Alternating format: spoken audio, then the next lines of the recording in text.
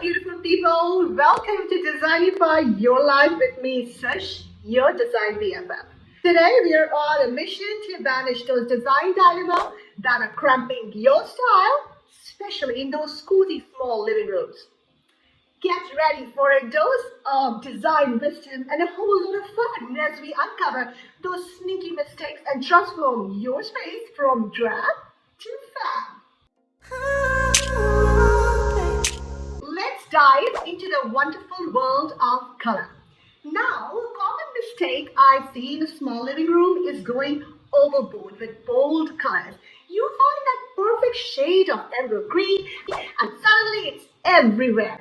But as a small space, this can feel overwhelmed and make the room feel even smaller. Remember when you introduce a bold color into a neutral space? It's like a spotlight shining down.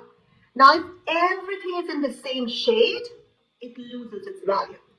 Instead, think about creating a vibrant color conversation. Mix those emeralds with some softer greens, some blues, maybe even a touch of gold in a textured throw. It's all about creating a symphony of color and not a monotone.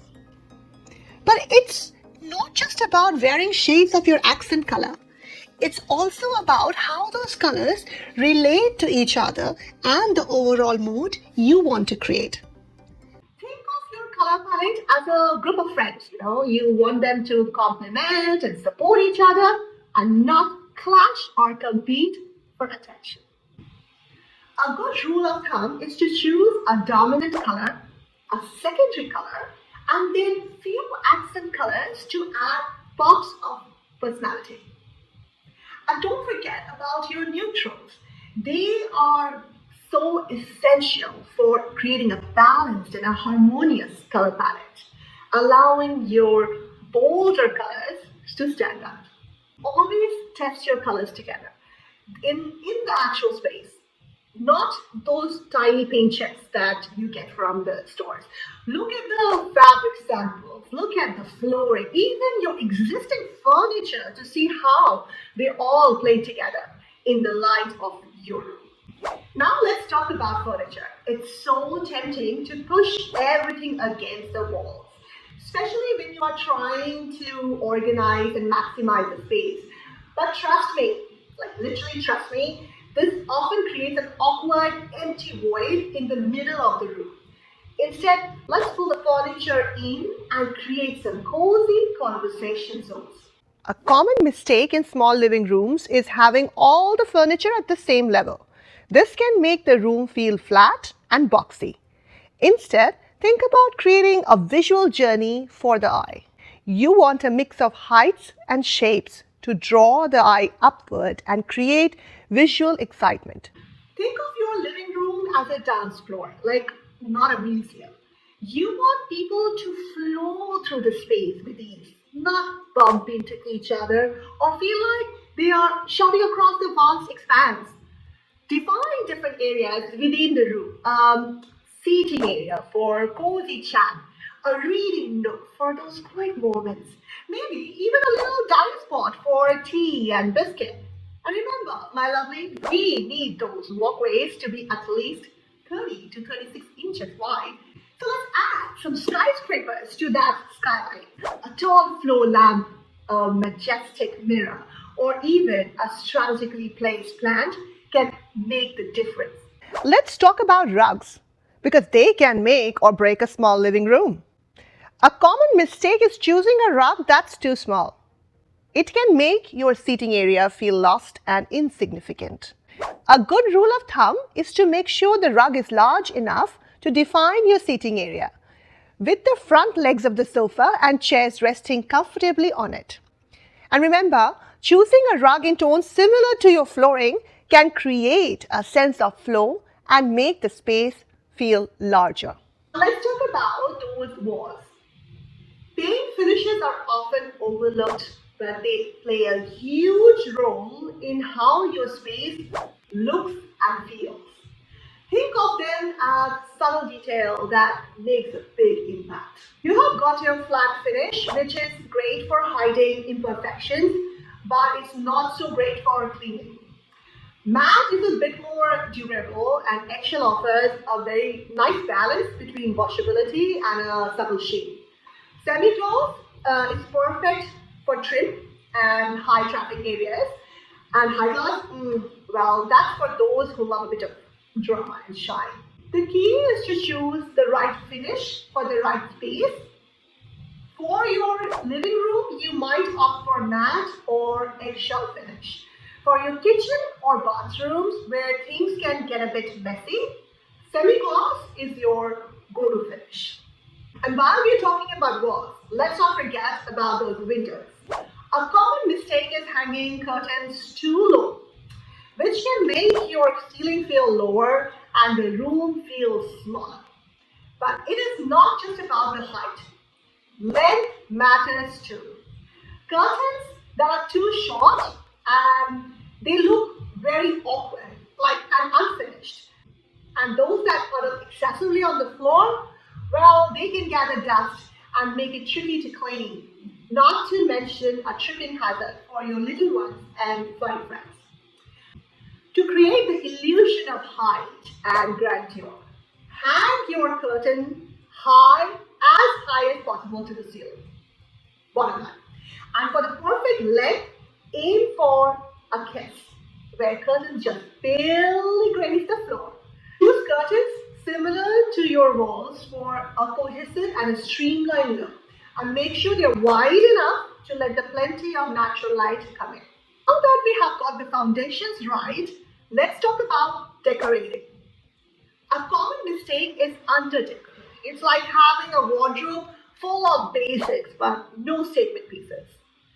A well-designed space tells a story that comes from layering in those unique elements over time. Think of decorating as a treasure hunt, not shopping spree. It's about like finding the special pieces that spark joy and reflect personality. Add some of those quirky touches that makes your space sing. Lighting, my friends, is the mood ring of your home. Overhead lighting alone can be harsh and unflattering, like those dressing room lights we all dread. Instead, let's layer in different light sources, table lamps, floor lamps, even some twinkling lights. Think of lighting as your secret weapon for creating ambience.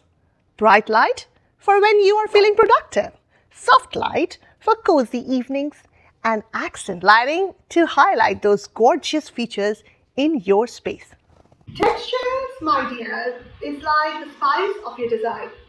It adds depth and dimension and makes the space so inviting. Think beyond just the obvious texture like fluffy rugs and velvet cushions.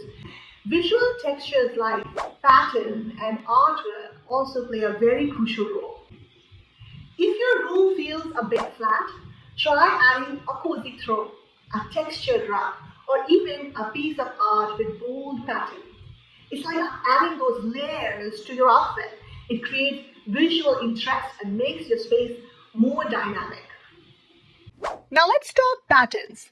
Patterns can add so much personality and flair, but mixing them can be a bit like walking a tightrope. You want to create a harmonious blend, not a chaotic clash. My top tip: vary the scale.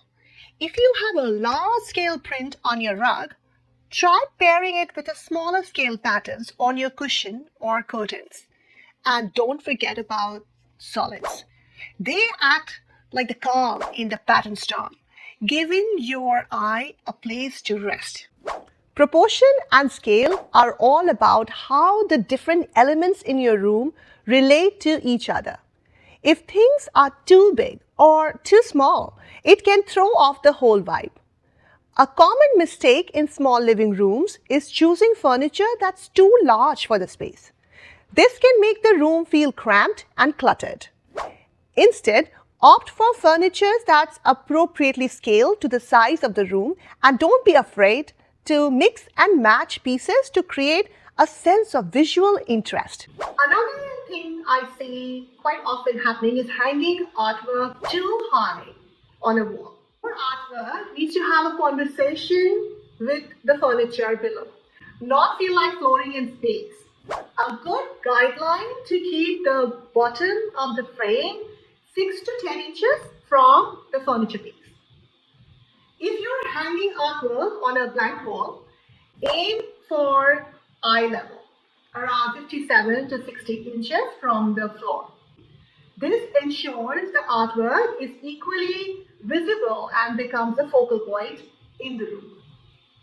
A good rule of thumb is a two-third rule. The object above should be about two-thirds the width of the object below. This isn't a hard and fast rule, but it's a good starting point for achieving that visual harmony. In small living rooms, it's easy to focus on maximizing floor space and forget about the vertical space altogether. But drawing the eye upward can make the room feel larger and more open. Use tall bookcases, vertical artwork, and hanging plants to create a visual interest and emphasize the height of the room. You can also use mirrors here to reflect light and create the illusion of more space. Now let's talk about functionality. A beautiful room is wonderful, but it also got to work for your life. So before you make any design decision, think about how you actually use the space. Do you need lots of storage for your kids' toys, a dedicated workplace for those work from home days, or a cozy reading nook for some me time? Design your space to support your lifestyle and make your life easier. Okay, my friends, let's talk about something a little controversial. Plastic plants and flowers. Now I know, they can be tempting, especially for those of us who don't have green thumb or maybe just have a busy schedule. But let's be honest, they just don't have the same vibrancy and life as the real deal. Think about real plants not only add beauty to your space, but they also purify the air and bring a sense of nature indoors. And let's not forget the joy of watching a plant grow and thrive under your care. So if you're currently rocking a collection of plastic plants, I challenge you to swap them out for some real ones. Start with a few low maintenance varieties like snake plants or ZZ plants and see the difference it makes in your space. And hey, if you're feeling really adventurous, you could even try your hand on growing some herbs or flowers. I know some of you might be die-hard fans of Fauxliage, and that's okay too. But I'm curious, what are your thoughts on plastic plants versus real plants? Let me know in the comments below. So there you have it, my friends, 15 sneaky design mistakes that can make a space feel off and how to fix them. Remember, designing a home should be a joyful and a creative experience. Don't be afraid to experiment, try new things, and most importantly, create a space that reflects your unique personality and style. Now, I would love to hear from you. What are some design challenges you have faced in your own home? Share your thoughts and questions in the comments below. And if you found this video helpful, don't forget to give it a thumbs up and subscribe to more design tips and inspiration. Hit the notification bell so you don't miss out on any future videos. Thanks for watching and I'll see you in the next one.